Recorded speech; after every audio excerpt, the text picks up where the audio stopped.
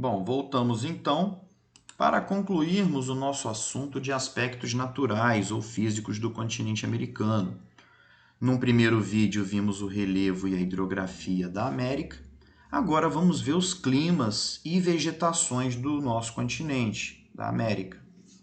Bom, primeiro, antes de conhecermos os climas americanos, é importante lembrarmos o conceito de clima. O que é clima?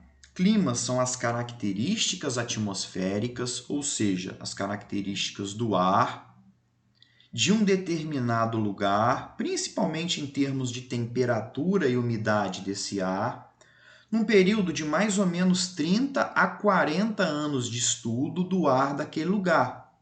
Então precisa de estudar o ar daquele lugar bastante tempo para ver o que predominou em termos de temperatura, de umidade. Conceito diferente é o conceito de tempo atmosférico. Tempo são as características da atmosfera num determinado momento. Pode ser hoje, mais tarde, amanhã, depois da manhã. Então, se eu quero saber se amanhã vai fazer, vai fazer calor, se vai esquentar, se vai chover, o conceito adequado para se referir a isso é o tempo. E importante também é entendermos os fatores climáticos, ou seja, os motivos, os determinantes para que tenhamos vários climas no planeta Terra. Então vamos aqui ver alguns fatores que vão fazer com que tenhamos climas tão diferentes no nosso planeta.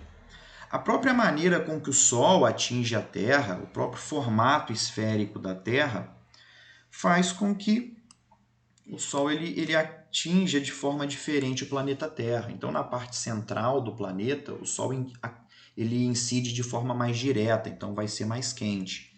Conforme a gente vai aumentando a latitude, o Sol ele vai incidindo de forma mais inclinada. Ou seja, então, por conta disso, vai sendo mais frio. Então, assim, a latitude é um fator climático. Partindo aqui da linha do Equador, tanto para o Polo Norte quanto para o Polo Sul, vai esfriando, a temperatura vai diminuindo.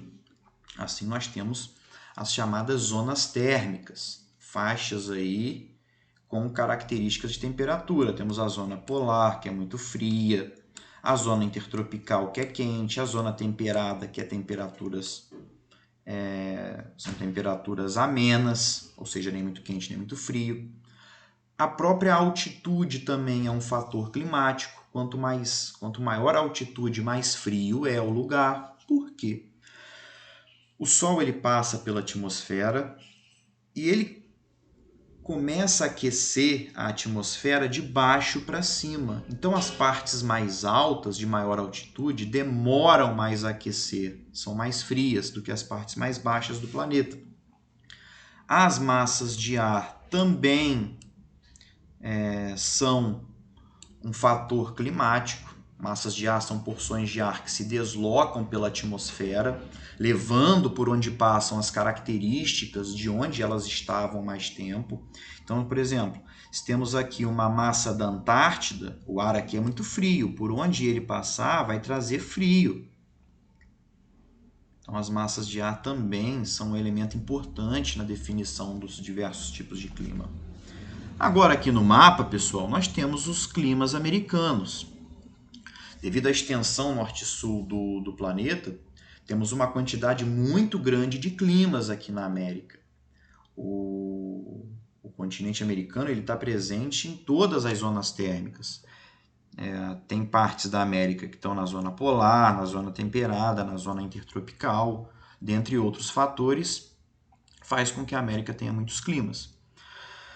Então vamos começar a analisar os climas americanos e onde eles se encontram. Vamos seguir aqui a sequência da legenda, localizando no mapa os climas e suas principais características. Então, de vermelho mais forte aqui, nós temos o clima equatorial, que é essa parte aqui da América, em vermelho. Clima equatorial, muito quente com muita pluviosidade, ou seja, muita chuva. O clima tropical, essa parte aqui da América Central, Costa do México e toda essa área aqui da América do Sul é o clima tropical. quente, verão chuvoso, inverno seco. Basicamente é isso. Temos o clima subtropical também, que está nessa cor aqui em bege claro, tanto na América do Norte quanto na América do Sul. Quais as características do clima subtropical? O subtropical é um clima de transição entre o temperado e o tropical. E quais as características do subtropical? Verão quente, inverno com temperaturas amenas, não tão frio quanto o inverno do temperado, e chuvas bem distribuídas o ano todo. Temos também clima desértico, temos alguns desertos no continente americano, aqui os desertos no México e Estados Unidos, como o deserto da Califórnia, temos o deserto do Atacama, temos também o deserto da Patagônia. E quais as características do clima desértico? A principal característica é a aridez, ou seja, a falta de chuva. E é um clima que tem uma variação de temperatura diária muito grande. Durante o dia é muito quente.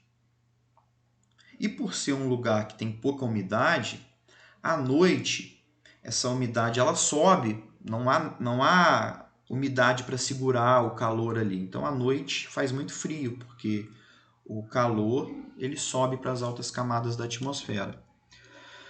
Temos o clima semiárido, aqui na América do Sul, na região da Argentina também, e no oeste dos Estados Unidos, pegando aí um pedaço do Canadá, uma parte do México, é o clima semiárido, é o clima que tem uma quantidade de chuva pequena. Essa é a característica principal do clima semiárido. Pouca precipitação, pouca chuva. Temos também o chamado clima mediterrâneo, apenas num trechinho aqui da Califórnia e do Chile. O clima mediterrâneo ele tem duas características. O verão é longo, é quente e é a parte do ano em que há falta de chuva. Então, diferentemente de grande parte dos climas que o verão é chuvoso, no Mediterrâneo o verão é seco, quente e longo. E o inverno é o período do ano em que tem uma quantidade mais razoável de chuva. E não é um inverno frio, é um inverno com temperatura razoável.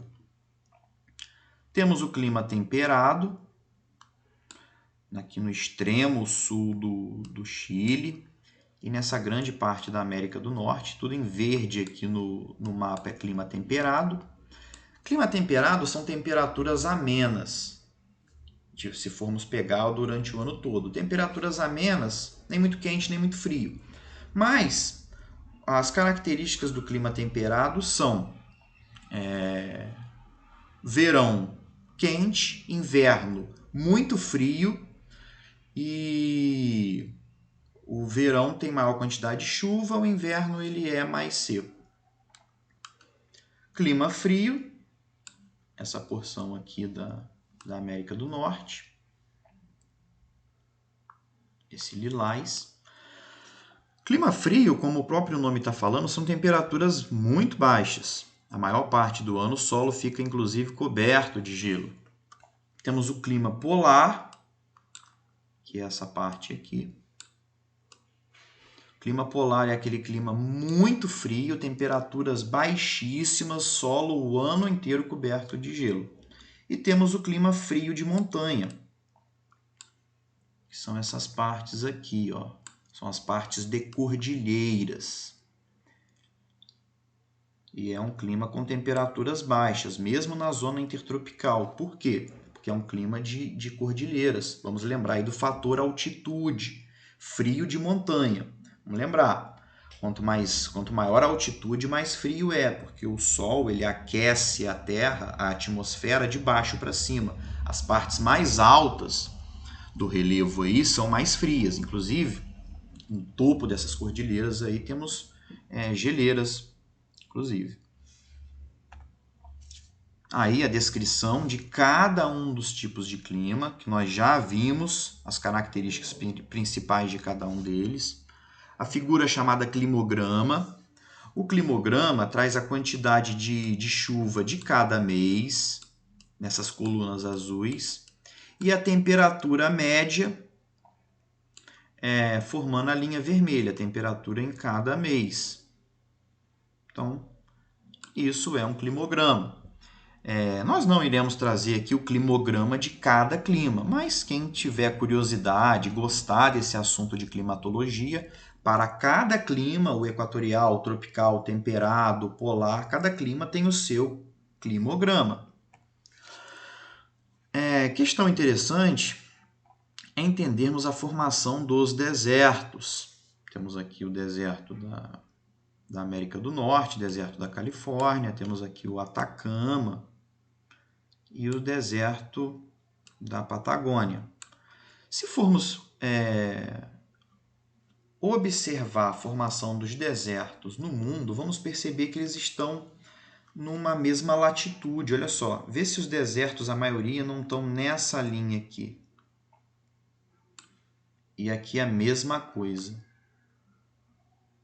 Então, os desertos eles são típicos de latitudes médias. E vamos entender por que isso acontece. Por que nós não temos, por exemplo, desertos nas partes centrais do planeta Terra? Então, funciona da seguinte forma. Na região do Equador, aqui na região da linha do Equador, é muito quente. É muito quente, o ar ele se expande, ele se dilata, fica mais leve e sobe, ascende na atmosfera. Quando ele ascende na atmosfera, quando o ar vai subindo, porque ficou mais leve, ele sobe. Quando o ar sobe, o vapor d'água nesse ar, ele se condensa, ou seja, o vapor vira líquido, forma nuvens e chove. Então, chove onde? Chove nessa região aqui da linha do Equador. Chove bastante nessa região. Nas partes altas da atmosfera, já bastante secos, conforme vai aumentando, as partes mais altas da atmosfera são mais frias, o ar ele vai ficando mais pesado, as moléculas elas vão se aproximando novamente. O ar vai ficando mais pesado e ele cai nessa área aqui. Só que ele já cai nessa área aqui já bastante seco, porque ele já perdeu muito a sua umidade. Por isso, essa área aqui são mais secas, onde temos aí a formação dos desertos no mundo. É basicamente isso. Esses ventos, tanto para o hemisfério norte quanto para o hemisfério sul, são chamados de ventos contra-alísios. São ventos secos.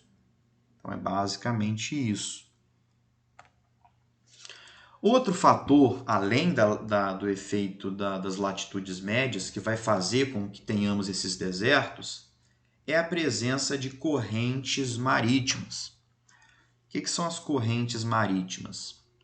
São porções da água do oceano que se deslocam. E o que acontece? Vamos lá. A existência de desertos na América do Sul, como o Atacama, no norte do Chile, deve-se à ação de correntes marítimas frias. Essa corrente provoca o resfriamento da atmosfera, fazendo com que a umidade das massas de ar oceânicas se condense antes de chegar ao continente. Então é basicamente isso. Próximo aos desertos, temos correntes frias. Essas correntes frias, elas fazem o vapor d'água na atmosfera se condensar. O que é condensar? É virar líquido novamente, formando nuvens, causando chuvas. Então, quando essas massas de ar chegam ao continente, já chegam secas, porque já choveu no oceano, por conta aí das correntes frias. Então, se formos observar, todo lugar próximo ao litoral que tem correntes marítimas frias, teremos desertos. Vamos voltar no mapa. Aqui, ó. Corrente marítima fria vai causar o deserto aqui dos Estados Unidos e do México. Olha aqui o deserto do Atacama, corrente marítima fria. Olha aqui na Patagônia, correntes marítimas frias. É o principal fator para, além das latitudes médias, como vimos, as correntes marítimas frias, elas criam no litoral, nas partes próximas ao litoral, os desertos. É basicamente isso. Ah, Fernando, mas por que aqui no sertão nordestino é seco? Aqui já é o efeito do relevo. Temos ali o Planalto da Borborema, que não deixa a massa de ar úmida avançar. O relevo ele bloqueia. O relevo muito alto acaba bloqueando a massa de ar úmida chegar. Então, as correntes marítimas frias, como aqui a corrente fria de Humboldt, elas fazem a umidade cair no oceano. Então, quando a massa de ar chega no continente, já chega seca, causando aí os desertos. Já vimos um fenômeno também atmosférico, meteorológico extremo, que são os furacões. Temos, inclusive, um vídeo no nosso canal que é a diferença de tornados e furacões. Quem quiser, tiver curiosidade, assista esses vídeos, que vai explicar por que aqui no sul dos Estados Unidos, no México e América Central, por que essas áreas elas sofrem muito a ocorrência de fenômenos chamados furacões. Aí a diferença de nomes, que nós já vimos, temos um vídeo também explicando essas diferenças. Agora entramos na parte final do vídeo, falando da vegetação. Então, atualmente, poucas áreas do continente americano apresentam vegetação original ou primitiva que não tenha sofrido interferência humana. As principais vegetações americanas já estão bastante devastadas pelo desmatamento. É importante conhecer a vegetação original porque ela é interdependente de outros elementos da natureza, como relevo, hidrografia, clima e solo. Isso quer dizer que a derrubada da vegetação para construir estradas, ferrovias, hidrelétricas, cidades, para extrair os recursos ou expandir cidades, provoca modificações nos outros elementos naturais. Aqui a classificação da vegetação de acordo com o porte. Se for uma vegetação alta de árvores, arbórea. Se for uma vegetação com árvores pequenas, vegetação arbustiva. Se for uma vegetação de baixo porte, chamamos de vegetação herbácea ou rasteira, ou gramínea também. Vamos então às principais vegetações americanas. Aqui nós temos a tundra, na área do clima polar. Aqui a floresta boreal ou taiga. A floresta temperada, em verde aqui, e subtropical. A vegetação mediterrânea, na parte onde tem o clima mediterrâneo. Estepes e pradarias, que nós vamos ver as imagens posteriormente. Estepes e pradarias aqui. Deserto, como já vimos nessa área aqui. Da Califórnia, o deserto do Atacama e o deserto da Patagônia, savana, cerrado e caatinga, nessa área aqui, savana, cerrado e caatinga, também no sul dos Estados Unidos e na região do México, floresta tropical e equatorial, basicamente aqui na América Central, e temos aqui a floresta amazônica, a Mata Atlântica. E temos a vegetação de altitude, que é a vegetação aí típica do clima frio de montanha. Então vamos ver cada uma delas. Aqui a tundra, aqui a vegetação chamada floresta de coníferas ou floresta boreal, floresta temperada, floresta subtropical ou mata de araucárias, estepes ou pradarias, aqui as florestas equatoriais e tropicais, Aqui nós temos o cerrado ou savana, a vegetação mediterrânea, vegetação de altitude, deserto e caatinga. São as principais vegetações do continente americano. Aqui uma imagem mostrando a importância da floresta amazônica, que é graças a ela que traz a umidade para a região centro-sul do Brasil e também para outros países da América do Sul.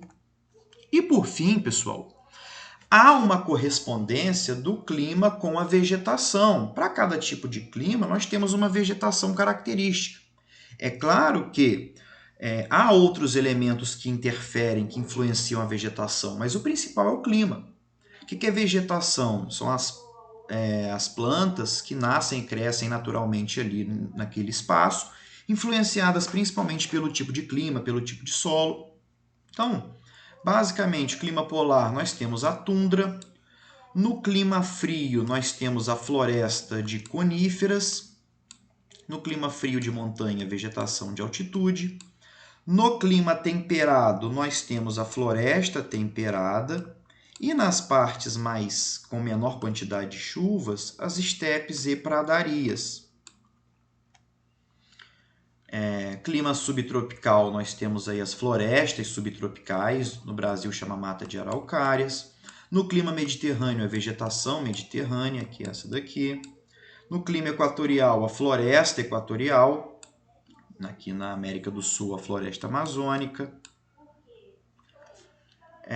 Clima tropical, nós temos nas partes mais úmidas a floresta tropical, aqui no Brasil chamada de Mata Atlântica, e no clima tropical com menor quantidade de chuva, temos o cerrado. No tropical semiárido, que chove bem menos, temos a caatinga, que é essa vegetação aqui. E no clima desértico vamos ter a vegetação de deserto. Então, gente, assim nós concluímos